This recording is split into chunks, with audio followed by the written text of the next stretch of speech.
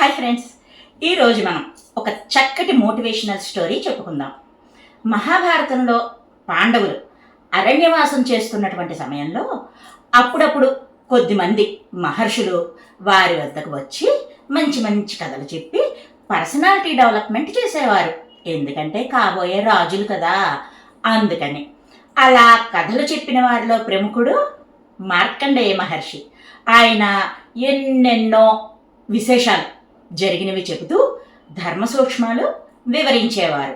మరి ఓసారి అలాగే మార్కండేయ మహర్షి వచ్చినప్పుడు పాండవులు ఆనందంతో ఎదురు వెళ్ళి ఇంటిలోకి ఆహ్వానించారు. ఇన్నిన్ని విశేషాలు మీకు చిరంజీవి కావడం వల్ల తెలిసి ఉంటాయి. మరి మీకన్నా వయసులో పెద్దవాళ్ళు ఇంకా ఎవరైనా ఉన్నారా అని అడిగాడు ధర్మరాజు. అప్పుడు ఆయన నవ్వుతూ ఇలా ఓ చిన్న కథ ఆ పాండవులందరినీ కూర్చోబెట్టి చెప్పాడు. అనగనగనగా ఇంద్రద్యుమ్నుడు అనే మాళవ వంశ మహారాజు అవంతి ప్రాంతాన్ని పరిపాలిస్తూ ఉండేవారు. అతను చేసినటువంటి పుణ్యాల వలన స్వర్గలోక సుఖాలు అనుభవిస్తున్నాడు. కొంతకాలానికి అతను చేసుకున్నటువంటి పుణ్యం పూర్తయిపోయింది. మరి పుణ్యం పూర్తయిపోయిందిగా, అందుకని మళ్ళీ భూలోకానికి వెళ్ళి జీవించమని చెప్పారు దేవతలు. అప్పుడే అయిపోయిందా అనుకుంటూ ఇంద్రద్యుమ్న మహారాజు మార్కండేయ మహర్షి ఉన్న చోటుకి వచ్చాడు. అయ్యా నమస్కారం, నా పేరు ఇంద్రద్యుమ్నుడు, నా గురించి మీకేమైనా తెలుసా అని అడిగాడు. అప్పుడు ఆ మహర్షి, అయ్యా నాకంటే వరుసలో పెద్దదైనటువంటి గుడ్లగూబ ఒకటి ఉంది, దాని పేరు ప్రావారకర్ణుడు. ప్రావారం అంటే ఉత్తరీయం, ఉత్తరీయం లాంటి పెద్ద చెవులు, భుజం దాకా వేలాడేది అని అర్థం. ఆ పక్షికి బహుశా మీ గురించి తెలిసి ఉంటుంది, అక్కడికి వెళ్ళి అడగండి అన్నాడు. అప్పుడు ఇంద్రద్యుమ్న మహారాజు, నాతో పాటు మీరు రండి మహర్షి అని వేడుకున్నాడు. భూలోకంలో ఎవరి పేరు ఎంతకాలం ఎవరైనా చెప్పుకుంటే వాళ్ళు అంతకాలం స్వర్గభోగాలు అనుభవించవచ్చన్నమాట. సరే అంటూనే, ఇప్పుడు నాకు అంత శక్తి లేదు, నేను రాలేను అన్నాడు మార్కండేయ మహర్షి. అప్పుడు ఆ రాజుగారు గుర్రం రూపాన్ని ధరించి వీపు మీద మహర్షిని ఎక్కించుకొని గొడ్లగోబ ఉన్నటువంటి ప్రదేశానికి చేరుకున్నారు. దానిని కూడా అడిగాడు రాజు, నీకు నేను తెలుసా అని. దానికి గుడ్లగూబ సమాధానమిస్తూ, మీరెవరో నాకు తెలియదు, కానీ ఇంద్రద్యుమ్న అనే చెరువు మాత్రం ఒకటి నాకు తెలుసు.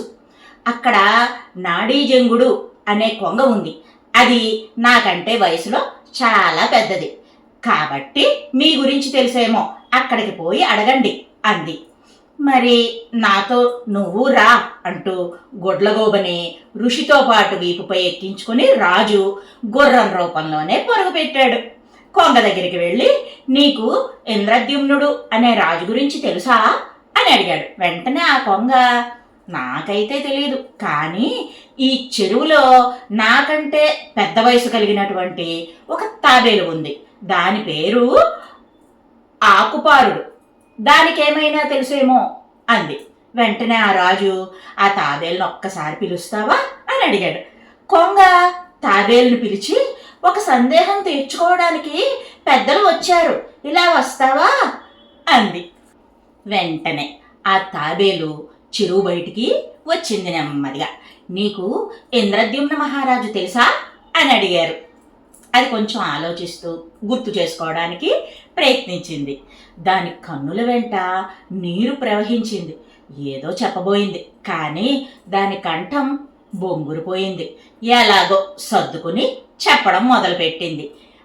ఎంత మాట, ఇంద్రద్యుమ్న మహారాజు గురించి నేను మర్చిపోగలనా? ఆ మహారాజు ఎంత గుణవంతుడు, నన్ను ఆపదల నుంచి ఎన్నిసార్లు రక్షించాడు. ఈ జీవితం అంతా కృతజ్ఞతతో అతనికి నేను రుణపడి ఉన్నాను. అంతెందుకు, ఆయన గొప్పతనం గురించి చెబుతా వినండి. ఆ రాజు ఎన్నో యాగాలు చేశాడు. అప్పుడు దక్షిణగా వేల వేల ఆవులను బ్రాహ్మణులకు దానం చేశాడు. ఆ ఆవులు నడిచి వెళ్ళేటప్పుడు వాటి గిట్టల రాపిడికి గోతులు ఏర్పడి ఇదిగో ఇలా ఈ మడుగు ఏర్పడింది. అన్ని లక్షల గోవులు నడిచి వెళ్ళాయన్నమాట. అటువంటి మహానుభావుని, అటువంటి దాతని నేనెలా మర్చిపోగలను చెప్పండి అంది. తాబేలు మాటలు ఇంకా పూర్తవ్వనేలేదు. పైనుంచి దేవతలు పుష్పక విమానం తెచ్చి రాజు ముందు నిల్చున్నారు. మహాత్మా, మీ కీర్తి ఈ భూమిపై ఎప్పుడూ నిలిచి ఉంటుంది. మీకు శాశ్వత స్వర్గ ప్రాప్తి లభించింది. దయచేసి మాతో స్వర్గలోకానికి రండి అన్నారు తిరిగి దేవతలు. ఒక మాట వినురాజా, ఒక మనిషి కీర్తి ఈ లోకంలో ఎంత కాలం నిలుస్తుందో అంతకాలం అతను స్వర్గలోక ప్రాప్తిని పొందుతాడు అంటూ తమ లోకానికి ఆహ్వానించారు దేవతలు. అయితే వెంటనే ఆ రాజు విమానం ఎక్కలేదు. దేవదూతలతో ఇలా అన్నాడు, నేను నా గురించి తెలుసుకోవాలని మార్కండేయ మహర్షిని ప్రార్థించాను. ఆ మహానుభావుడు తనకి శక్తి లేకపోయినా నా కోసం నాతో బయలుదేరి వచ్చాడు. ప్రావారకర్ణుడు, నాడీజంగుడు, ఆకుపారుడు వయసులో పెద్దవారైనా నా కోసం వచ్చారు, సాయపడ్డారు. వారందరినీ వారి వారి నివాసాలకు చేర్చే బాధ్యత నాపై ఉంది.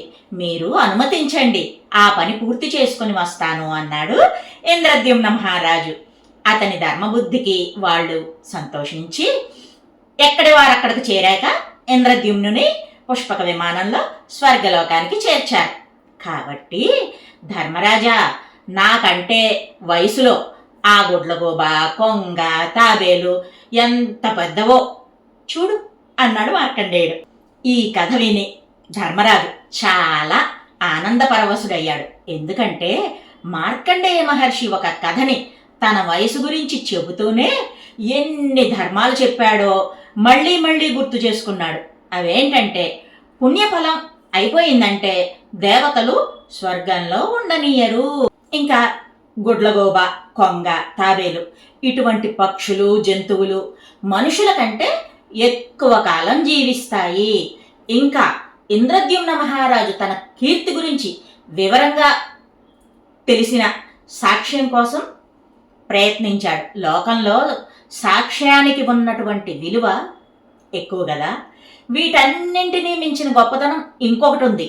ఇంద్రద్యుమ్న మహారాజు దేవతలు వచ్చి ఆహ్వానించిన వెంటనే పుష్పక విమానాన్ని ఎక్కేయలేదు. ఎందుకంటే అతడు స్వార్థపరుడు కాదు కాబట్టి. చేసిన మేలు మరిచేవాడు అంతకన్నా కాదు. తనకు సాయం చేసిన వారందరినీ వారి వారి స్థానాలకు చేర్చి కృతజ్ఞతలు తెలుపుకుని ఆ తరువాతే దేవతల వెంట వెళ్ళాడు.